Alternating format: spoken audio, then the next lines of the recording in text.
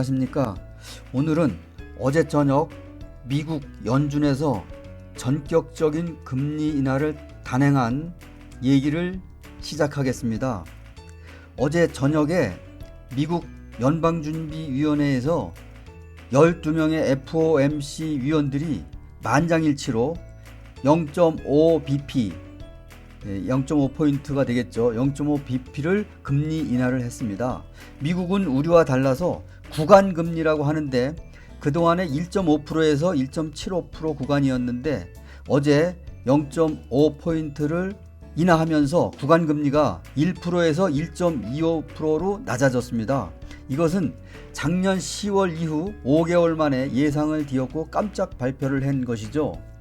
그런데 원래 FOMC 회의가 3월 17일, 18일 이틀로 예정되어 있는 정기회의인데 어제 갑자기 금리 인하를 단행한 것은 12명 FOMC 위원들이 화상회의를 통해서 만장일치로 결정했다고 하는 것입니다.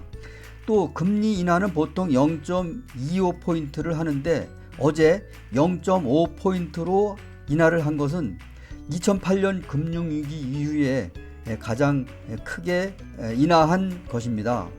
그러면 그 인하의 배경에는 뭐가 있는지 한번 알아보겠습니다. 최근 며칠 동안 지난주부터 미국에서 증시가 상당히 큰 하락을 했죠. 또 어제 저녁에도 미국 증시가 약 마이너스 3% 가까이 보통 2.9%대의 하락을 했습니다. 다우, 나스닥, S&P 모두 하락을 했습니다. 그렇게 되다 보니까 미국에서는 위기감을 느꼈습니다.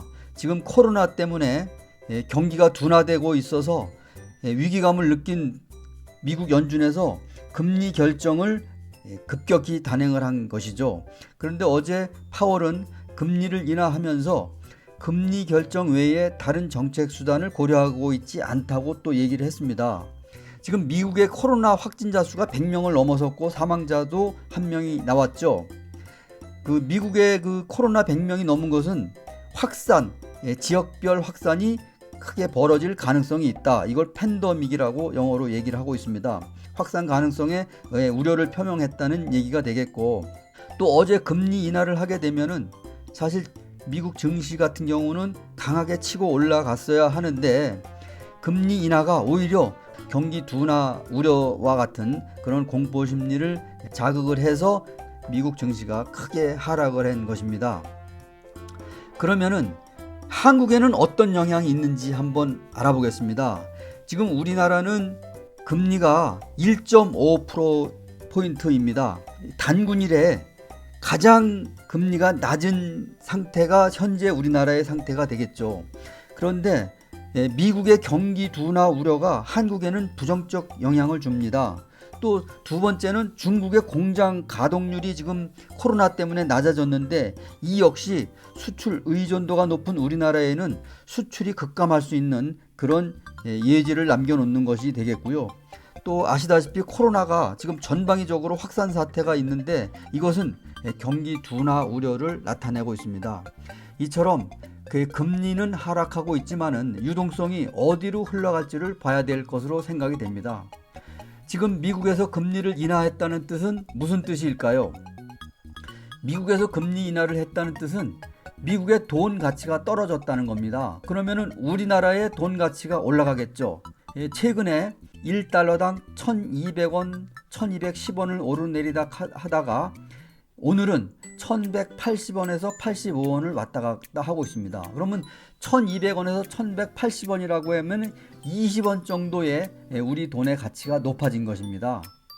이 환율 하락, 원화는 상승 이렇게 되겠죠.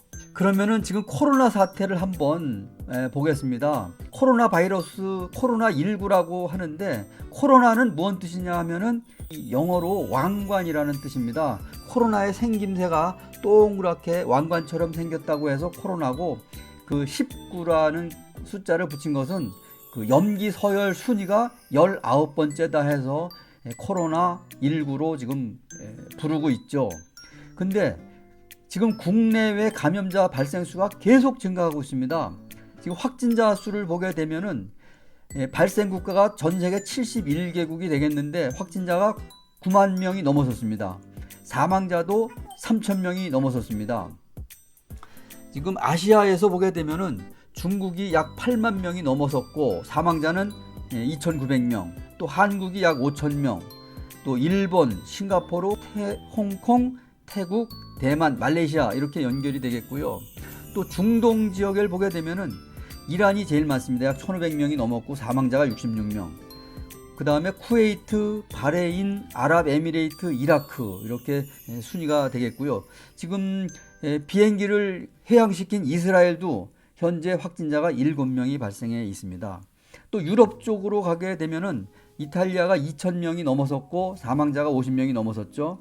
거기에 프랑스, 노르웨이, 오스트리아, 또 독일, 스페인, 영국, 스위스, 네덜란드, 스웨덴, 또 체코, 벨기에 지금 확진자 수가 계속 늘어나고 있고요.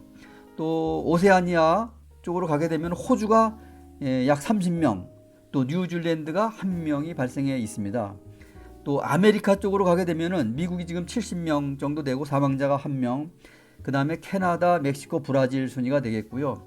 아프리카에서 유일하게 나이지리아에서 현재 확진 환자가 1명이 발생해 있습니다. 이처럼 전 세계적인 유행병으로 번지고 있다 보니까 마트도 제대로 운영이 안 되고 또 사람이 많이 모이는 곳에 갈 수가 없다 보니까 경기가 급속히 둔화되고 있습니다. 이렇게 되면은 우리의 그 경제 성장률도 하락하게 되겠죠. 그렇게 되면은 우리가 지금 그 금리가 하락을 함으로 해서 지금 돈의 유동성이 이제 증가가 되겠는데 사실 유동성이 증가하게 되면은 부동산과 주식은 투자가 증가하게 되고 또 가격이 상승하는 것이 맞습니다. 그렇지만은 현재 유동성 함정에 빠지는 상태가 돼서 투자 심리가 냉각이 되게 되었습니다. 그러면은 돈이 오갈 데가 없겠죠. 현재 우리나라는 수출 경쟁력이 급격히 하락할 수 있습니다. 왜냐하면 원화 가치가 상승하기 때문이겠죠. 또 수입 경쟁력은 높아지겠죠. 수입 가격은 낮아지는 효과를 발휘할 수 있으니까요.